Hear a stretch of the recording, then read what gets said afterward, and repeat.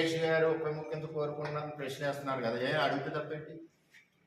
అలా పొలిటికల్ రాజకీయ పార్టీలు ఎలా ఉంటాయంటే, నిన్న కాక మొన్న జగన్మోహన్ రెడ్డి ఓడిపోయాడు, సీఎం సీఎం సీఎం అంటున్నారు లేదా?